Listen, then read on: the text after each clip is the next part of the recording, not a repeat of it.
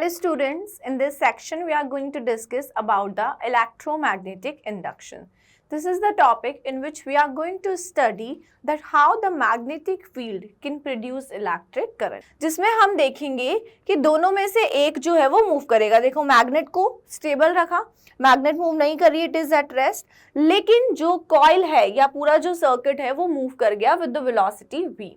क्या आपको clearly distance में चेंज नजर आया? यू विल फाइंड कि यस पहले डिस्टेंस कम थी, डिस्टेंस इंक्रीज हो गई. यहाँ पर क्या हो रहा है, जब करंट पास होती है थ्रू द कॉइल 1 और circuit changes the magnetic flux linked with a neighbouring coil, तो उसकी वजह से जो नेबरिंग कॉइल है मतलब जो सेकेंडरी कॉइल है उसमें जो मैग्नेटिक फ्लक्स लिंक्ड है वो चेंज होता है and because of this change EMF induce होता है in the neighbouring coil, that means secondary coil में in the circuit, and this phenomena is called mutual induction.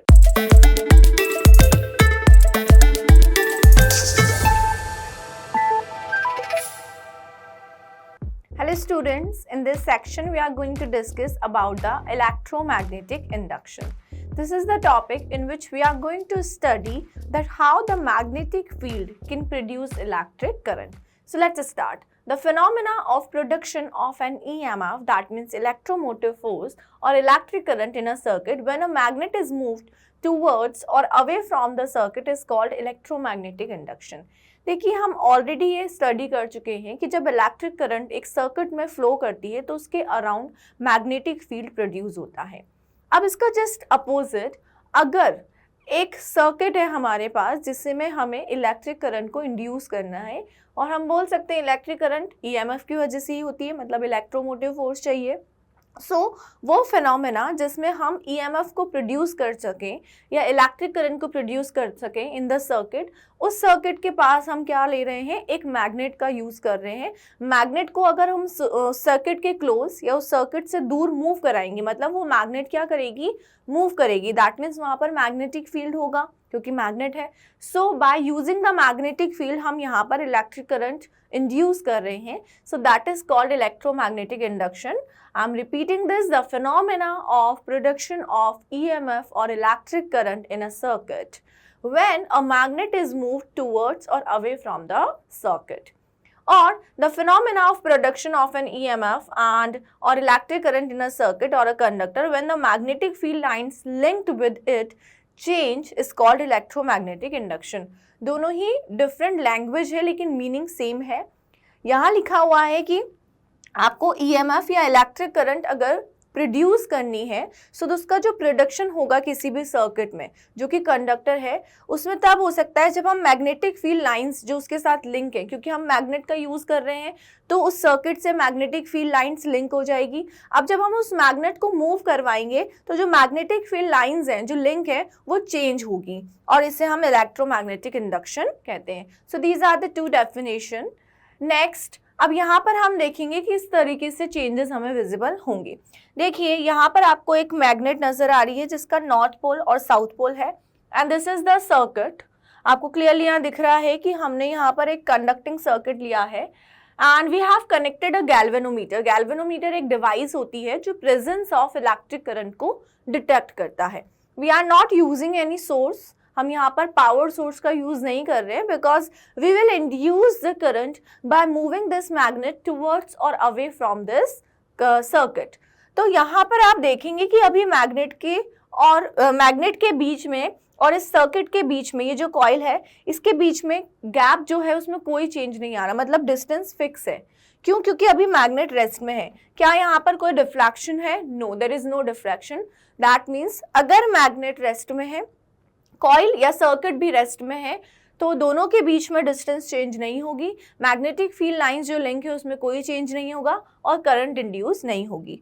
अब अगर हम यहाँ पर V और V दोनों ही हमने जीरो कंसिडर करें, मतलब यहाँ पर मोशन अभी नहीं हो रही है दोनों की, so there is no current. यहाँ पर करंट नहीं है क्योंकि आप क्लियरली देख सकते हो कि यहाँ पर गैल्वेनोमीटर में कोई डिफ्लेक्शन नहीं है.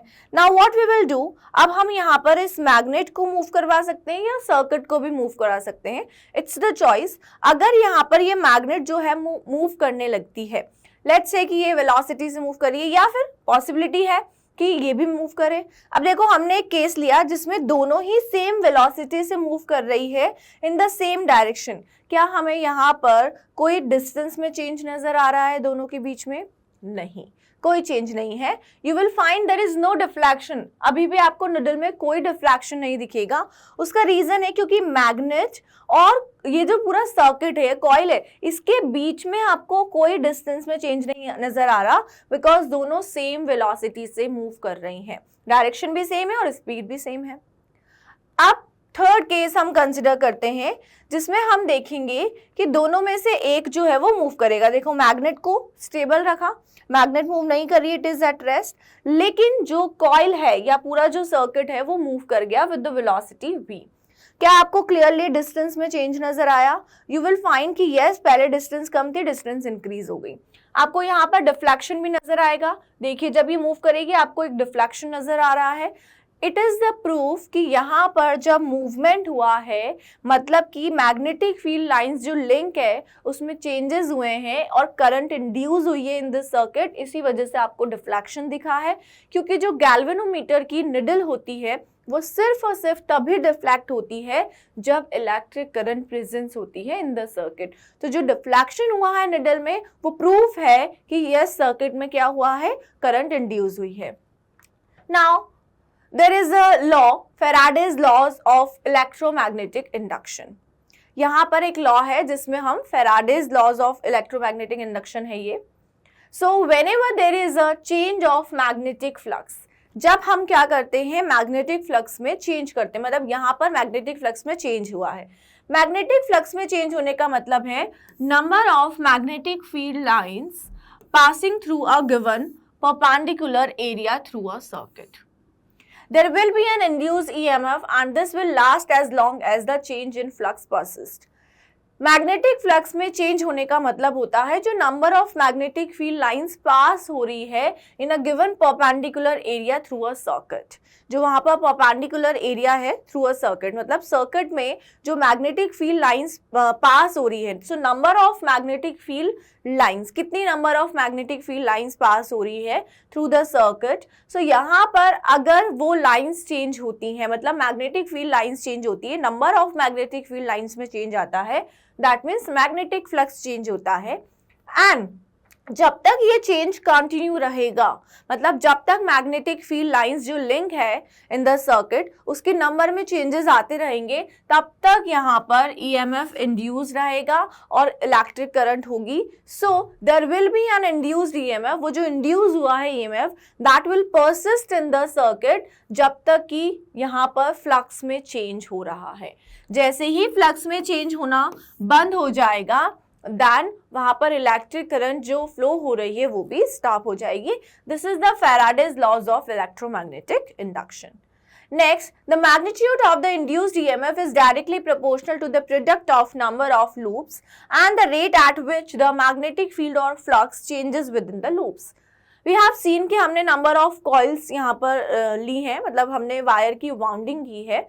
सो कितना अमाउंट ऑफ, मतलब कितना मैग्नीट्यूड होगा ईएमएफ का जो इंड्यूस हुआ है, it is directly proportional to the product of the number of loops and the rate at which the magnetic field, मतलब कि magnetic flux changes within this loop. तो ये डायरेक्टली प्रोपोर्शनल होता है प्रोडक्ट के, किसका product, number of loops, that means जितने number of turns है, and the rate at which the magnetic field changes, मतलब कि मैग्नेटिक फ्लक्स, इन दोनों के प्रोडक्ट के डायरेक्टली प्रोपोर्शनल होता है।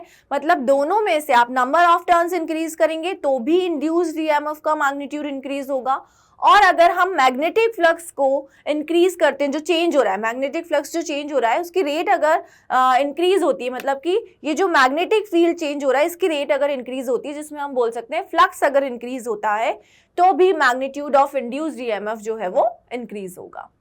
Faraday showed by another experiment that the relative motion is not an absolute requirement, and in this experiment, two coils of conducting wire coated with insulated material are wound on a cylindrical support quite near to each other, but they are not connected to each other। देखिए Faraday ने ये show किया एक और experiment से कि जो relative motion होती है it is not an absolute requirement.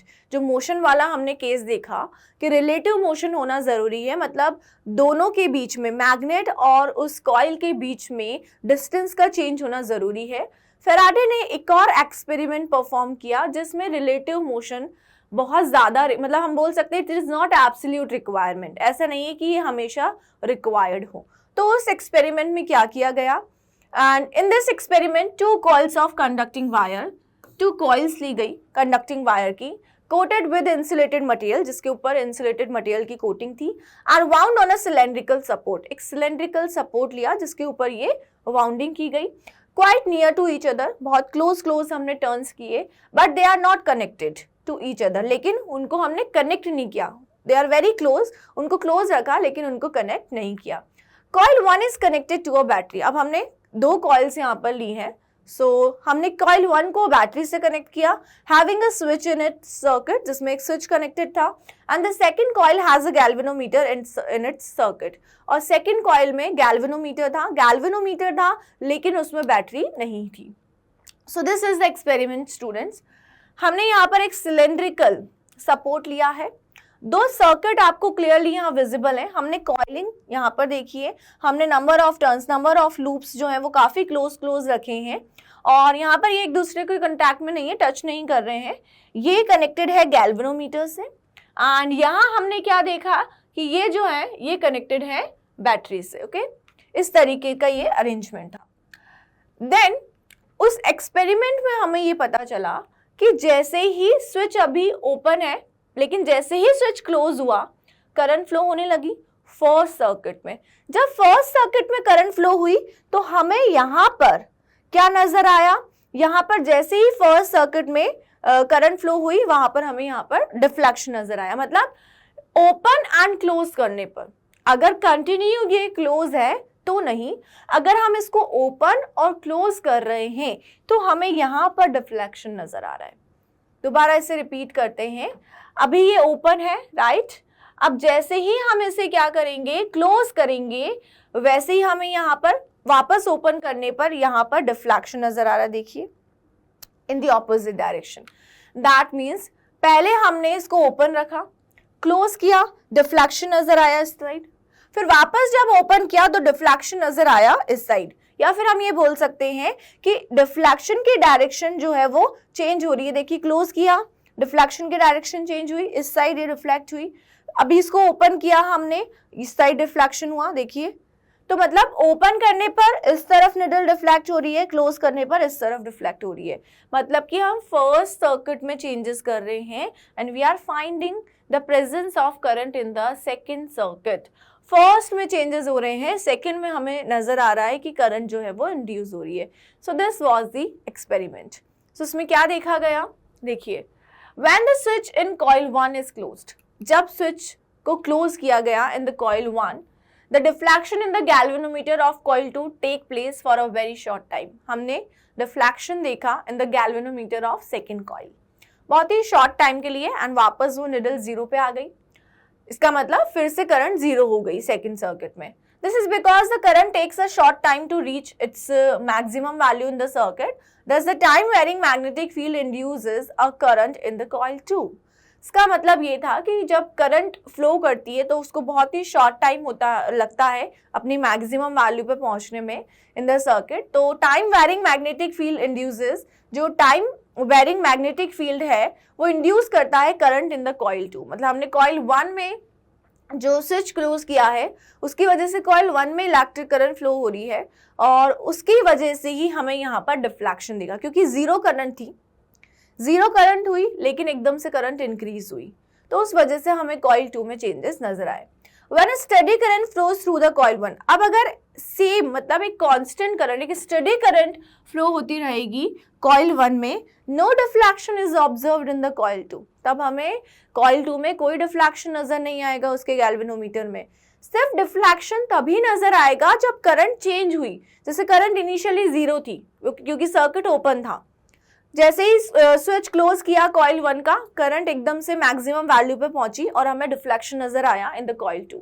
अब एक स्टेडी करंट अगर फ्लो हो रही है तो हमें कोई डिफ्लेक्शन नजर नहीं आएगा, फिर से अगर हम स्विच को ओपन करते हैं तो सडनली करंट जो है वो जीरो हो जाएगी.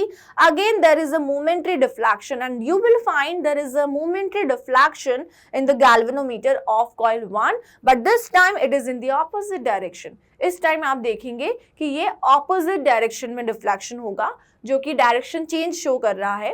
If the cylindrical support is made of iron, अगर हम सिलेंड्रिकल सपोर्ट जो है वो आयरन का यूज करते हैं, the deflection in the galvanometer are larger, तो वहां पर जो डिफ्लेक्शन नजर आ रहा है वो ज्यादा होगा. द कॉइल और सर्किट, जो हम कॉइल 1 की बात कर रहे हैं, in which the current changes is called primary coil. हमने दो नेम दिए, जिसमें हम ऑलरेडी बैटरी कनेक्ट कर रहे हैं और करंट फ्लो हो रही है, वो प्राइमरी कॉइल है. And while the other that is coil 2 in which EMF is setup, जिसमें इलेक्ट्रिक करंट इंड्यूस हो रही है, उसे हमने कहा secondary coil. Whenever the current passing through a coil or circuit changes, the magnetic flux linked with a neighboring coil or circuit changes. Thus, an EMF is induced in neighboring coil or circuit. This phenomena is called mutual induction. हमने देखा यहाँ पर relative motion, it's not required. यहाँ पर क्या हो रहा है, जब करंट पास होती है through the coil 1 और circuit changes the magnetic flux linked with a neighboring coil, तो उसकी वजह से जो नेबरिंग कॉइल है, मतलब जो सेकेंडरी कॉइल है, उसमें जो मैग्नेटिक फ्लक्स लिंक्ड है वो चेंज होता है. And because of this change EMF induce होता है in the neighbouring coil, that means secondary coil में in the circuit, and this phenomena is called mutual induction. So in this section, students, we have discussed about the electromagnetic induction, Faraday's laws. Now you can go through the content and solve relevant questions. Thank you.